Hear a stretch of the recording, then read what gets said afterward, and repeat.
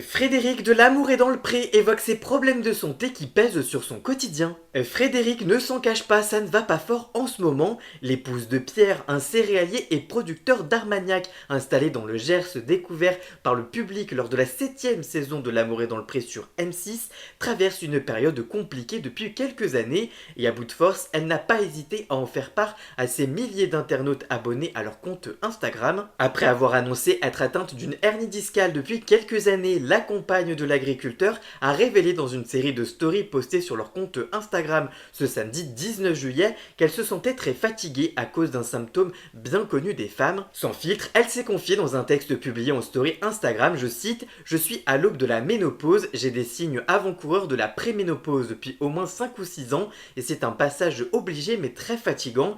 Elle décrit ensuite les symptômes qui la perturbent depuis quelques années, je la cite à nouveau: "Grosse fatigue régulière due en partie à des nuits très entrecoupées, agitées par la recherche d'un point de pression au dos ou à la nuque, des envies fréquentes d'aller aux toilettes, des jambes brûlantes, des ballonnements et des ruminations intellectuelles." Elle avoue également que la machine à oxygène de Pierre perturbe son sommeil, même si paradoxalement ce bruit lui apporte un certain apaisement, lui rappelant que tout va bien. Elle ajoute que Pierre, lui, est souvent traversé par l'angoisse pendant la nuit, mais dans toute cette fatigue ou parfois ces idées un peu sombres, pensez et repensez à votre gentillesse à tous, à votre amour, à vos mots de soutien, à vos sourires et parfois même à vos larmes de joie. Tout cela, nous nous partageons ensemble nos rencontres. Et bien vous n'imaginez pas tout ce que vous représentez pour nous. En tout cas toi, qu'est-ce que tu penses de ces déclarations de Frédéric? Dis-moi tout ça en commentaire et surtout abonne-toi. Pour connaître toute l'actualité médiatique en temps réel, rendez-vous sur tous mes réseaux sociaux.